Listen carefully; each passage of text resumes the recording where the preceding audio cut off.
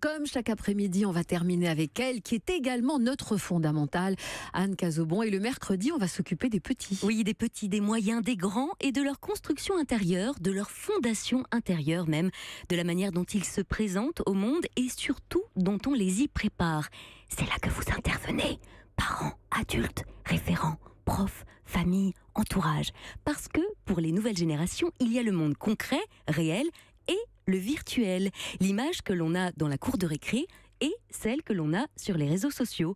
Oui, je vous parle de la dictature du like qui plonge un certain nombre d'adolescents dans les bas-fonds de la mauvaise estime de soi et de la déprime, voire de la dépression, parce qu'à bien y regarder, parfois une cour de collège ou la vie sur Instagram ou Snapchat n'a rien à envier à un régime nord-coréen. Mais qu'est-ce qu'on peut faire pour les aider à affronter ça ?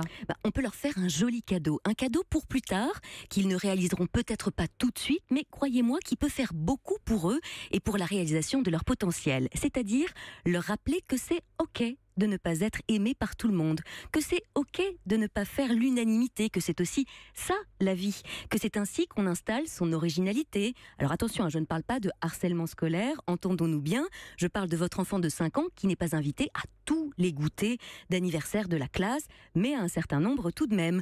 Je parle de votre adolescente qui se morfond dès que l'intégralité de ses amis n'a pas liké son énième selfie et qui scrute son smartphone en position fétale sur son lit, attendant désespérément que le nombre de cœurs augmente. C'est le bon moment pour rappeler à votre enfant votre amour inconditionnel, que quoi qu'il ou elle fasse, il ou elle peut compter sur votre soutien, sur vos encouragements, qu'il ou elle n'a pas besoin de prouver à qui que ce soit qu'il ou elle est la magnifique personne que vous avez là devant vos yeux.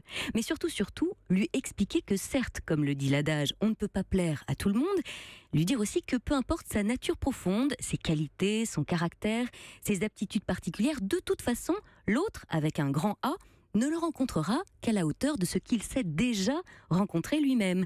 Si l'autre me renvoie quelque chose que je n'ai pas encore découvert en moi, ou une partie de moi que je veux taire, ça peut être ma part d'artiste, une connaissance de moi-même, un dépassement de soi, un talent caché, ou peut-être une grande tristesse, une enfance difficile qui suinte, je ne vais pas arriver à entrer en lien avec lui, comme je n'arrive pas à entrer en lien avec cette partie de moi.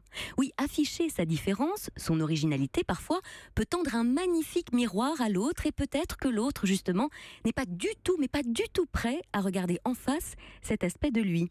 La vérité, c'est que l'on promène tous notre personnalité, notre unicité, notre sensibilité dans nos vies et que certains y sont moins réceptifs que d'autres parce que ceux-là ont justement du mal à accueillir ces parties-là de leur être.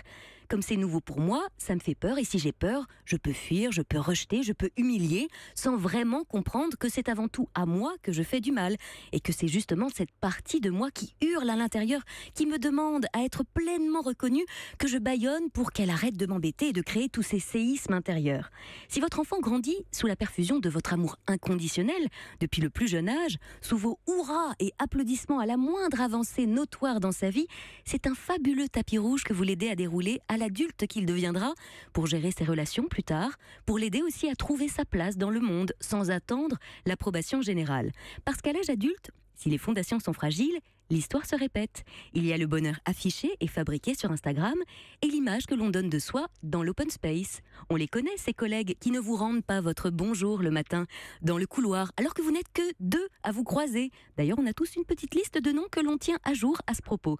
Sauf que s'il ignore le dit collègue et s'il vous ignore, et ce qu'il ignore lui, c'est qu'il ne s'est pas rencontré lui-même, et c'est pour cela qu'il ne peut pas rencontrer l'autre. Le problème vient donc de lui. Alors oui, c'est exactement sur ce terrain-là que l'on peut aider les enfants, les jeunes qui nous entourent, leur rappeler que c'est avant tout leur différence qui fera toute la différence.